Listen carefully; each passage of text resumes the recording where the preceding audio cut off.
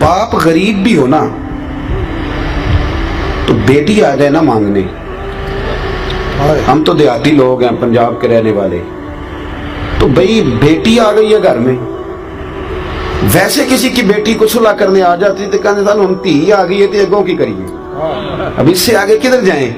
बेटी किसी भी बाप की हो ना, गरीब बाप की भी, तो आके कहना अब्बा जी को 10-15 लाख की जरूरत पड़ गई है, तो बाप कहता बिक जाना है पर बेटी की बात पूरी करनी है। तो जो है मेरी बात पर।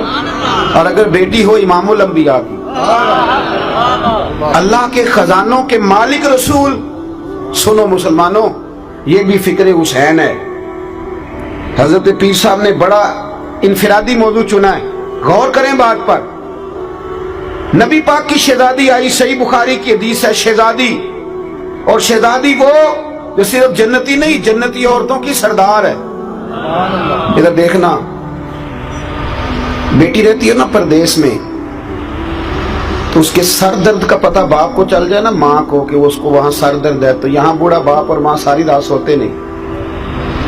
और अगर बेटी की कोई जख्म देख ले,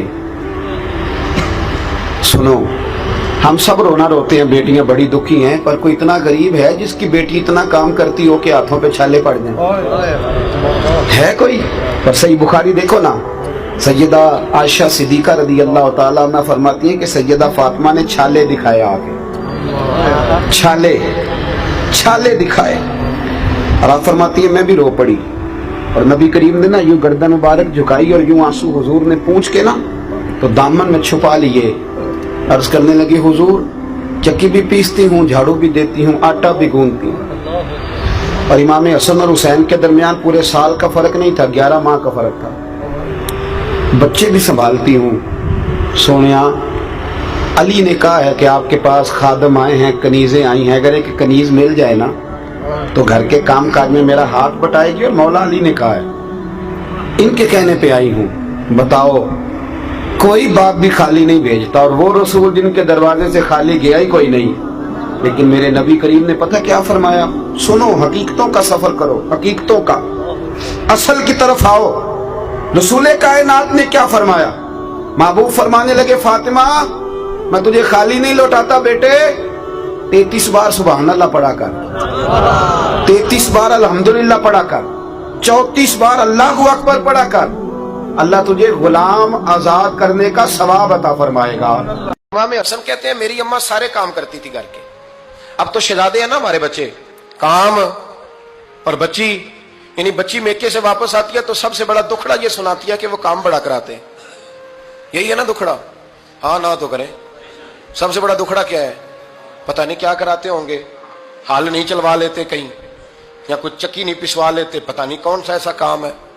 और मैं, आप नाराज ना हो जाना, मैं भी बेटी का बाप हूं, मैं भी बहनों का भाई हूं, मैं भी इस बात को समझता हूं, लेकिन एक बात जहन में रखना कि ये बात नहीं है कोई करने वाली कि सारे बच्ची के माँ बाप जमा होकर पहुंच जाते हैं, हमारी बच्ची जी काम बड़े करती है। मसलन क्या करती है? क्या करती है वो? आओ मैं बताऊं, मेरे मुस्तफा की बेटी क्या करती थी। मैंने सैकड़ों दफा ये बात की है और मेरा दिल करता है रोजाना करूं, फिर करता हूं। दुनिया में कोई इतना गरीब है जिसकी बेटी इतना काम करे कि हाथों पे छाले पड़ जाए? है कोई इतना गरीब? तो उठ के बताए कि मेरी बेटी ससुराल में इतना काम करती है कि छाले पड़ जाते। मैं दिखाता हूं, मेरे रसूल की शहजादी को छाले पड़ जाते। कच्चा मकान, जनाबे फातिमा, जनाबे फिजा की लौंडी थी, उनसे मिट्टी मंगाती और घर में लेपा पोती करती, फिर झाड़ू देती। इमाम हसन और हुसैन के दरमियान पूरे साल का फर्क नहीं, 11 महीने का फर्क। दोनों बच्चों को संभालती। जनाबे अली की वालदा हजरत फातिमा बिनते असद बूढ़ी थी, जनाबे फातिमा वो खोल के नौकरी करती कि हजरत फातिमा बोल पड़ती, हजरत फातिमा बिनते असद बोल पड़ती। कहती बेटे फातिमा मेरा इतना ना ख्याल रखा कर, तेरे अपने भी बच्चे हैं। जनाबे फातिमा फरमाती आप सिर्फ अली की माँ तो नहीं ना, आप मेरी भी तो माँ है ना। यहाँ बीबियां फलसफा बयान करती हैं, वो कहती हैं जी किस हदीस में आया है सास ससुर की खिदमत फर्ज है? मैंने कहा किसी में भी नहीं आया। हम क्या कह रहे हैं? किसी में भी नहीं आया, लेकिन ये तो आया है ना कि शौहर राजी हो तो अल्लाह राजी रहता है। तो अगर शौहर माँ बाप की खिदमत से राजी होता है तो करो खिदमत, इसको तो राजी करना है ना, इस पर तो तवज्जो दो। हजरत फातिमा फिर चक्की पीसती। चक्की चक्की ये आसान जुमला नहीं कह जाते, हम सुन लेते हैं आप। चक्की पीस कर, जौ पीस कर उसका आटा बनाना, फिर बच्चों के लिए खाना पकाना, پھر ایک دن کہنے لگے علی آپ کی آمدن تھوڑی ہے، خرچے زیادہ، چرخہ نہیں لا دیتے؟ فاطمہ کیا کرو گی؟ فرمایا تھوڑا سا سود بنا لیا کروں گی، تم بیچ آیا کرنا۔ چلو میں تھوڑا ہاتھ بٹاؤں گی۔ یہ ساری ڈیوٹیاں کر کے حضرت حسن فرماتے ہیں پھر عزت والے رسول کی عزت والی بیٹی، پھر شانوں والے نبی کی شانوں والی بیٹی، پھر پاک محبوب کی پاک شہزادی، ساری ڈیوٹیاں کر کے رات کو مولا علی سے کہتی اگر آپ اجازت دیں تو اللہ کو راضی نہ کر لوں؟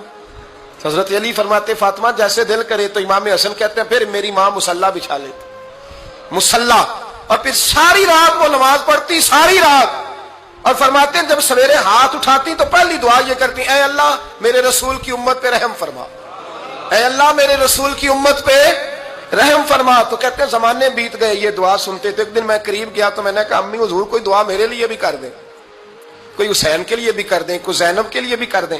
ساری دعائیں امت مصطفیٰ امت مصطفیٰ امت مصطفیٰ۔ کتنا بڑا جملہ ہے، کتنا بڑا شیخ محقق نے لکھا ہے، کتنا بڑا۔ جناب فاطمہ فرمانے لگی تیرے لیے بھی کرتی ہوں، حسین کے لیے بھی کرتی ہوں، زینب کے لیے بھی کرتی ہوں، سب کے لیے کرتی ہوں، اور بیٹا یاد رکھنا فاطمہ کی دعاؤں پر پہلا حق میرے رسول کی امت کا ہے۔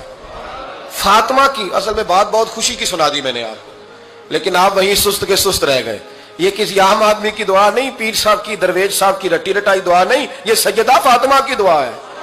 آپ کو اتنا بڑا خزانہ مل رہا ہے۔ حضرت عائشہ صدیقہ رضی اللہ تعالیٰ عنہ ام المومنین فرماتی ہیں حضور نے وصال سے کچھ دن پہلے حضرت فاطمہ کو بلایا اور فرماتی ہیں قربان جاؤں حضرت فاطمہ چلتی بھی اس طرح تھی جو حضور کا طریقہ تھا، بولنا بھی اسی طرح کا تھا جو نبی پاک کا بولنا تھا، رفتار میں گفتار میں حضور کے مشابہ۔ وہ تشریف لائیں، حضور نے قریب بٹھایا اور کان میں راز کی بات کی۔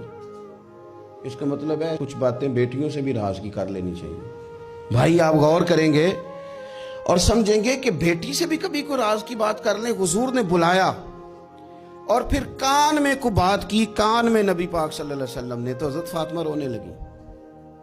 پھر حضور نے کان میں کو بات کی تو مسکرانے لگی۔ حضور تشریف لے گئے۔ سیدہ عائشہ صدیقہ رضی اللہ تعالی عنہ فرماتی ہیں میں نے حضرت فاطمہ الزہرا سے کہا کہ فاطمہ کیا کہا حضور نے؟ تو فرمانے لگی میرا اور میرے نبی پاک کا راز ہے، آپ کو میں کیوں بتاؤں؟ تو حضرت سیدہ عائشہ صدیقہ کہتی ہیں میں خاموش ہو گئی۔ کچھ دنوں کے بعد حضور کا وصال ہو گیا، سرکار نے وصال فرمایا تو کچھ دن گزرے تو میں نے کہا فاطمہ میرا تم پر حق ہے، میں تمہاری ماں ہوں، میرا حق ہے۔ اس حق کی وجہ سے میں کہتی ہوں مجھے وہ بتا دو وہ کیا بات تھی کہ پہلے تم روئی پھر تم ہنسی؟ تو میں نے کہا حقیقتوں سے آگاہ کریں۔ نبی پاک صلی اللہ علیہ وسلم کی شہزادی فرمانے لگی اماں جی حضور نے میرے کان میں کہا تھا کہ فاطمہ ہر رمضان میں جبریل امین ایک قرآن پاک مجھے سناتے تھے، ایک میں انہیں سناتا تھا، اس سال جبریل نے 2 سنائے ہیں۔ فاطمہ مجھے لگتا ہے تیرے باپ کے جانے کا وقت آ گیا ہے، اب میری رخصتی ہے، مصیبت آئے تو صبر کرنا، مشکل پڑے تو حوصلہ کرنا، اپنے آپ کو اپنے رب کریم کے سپرد رکھنا۔ کہتی ہیں جب یہ بات حضور نے بیان کی تو میں رو پڑی، اور پھر نبی پاک نے میرے کان میں کہا فاطمہ میرے بعد جو سب سے پہلے مجھے آ کے ملے گی نا وہ تم ہی ہو، اور یہ بھی یاد رکھنا تم جنتی عورتوں کی سردار ہو۔ فرماتی ہیں یہ بات سنی تو میں مسکرا دی۔ 6 ماہ گزرے حضور کے بعد تو سیدہ فاطمہ کا وصال ہو گیا، صرف 6 ماہ، پورا سال نہیں، 6 ماہ گزرے۔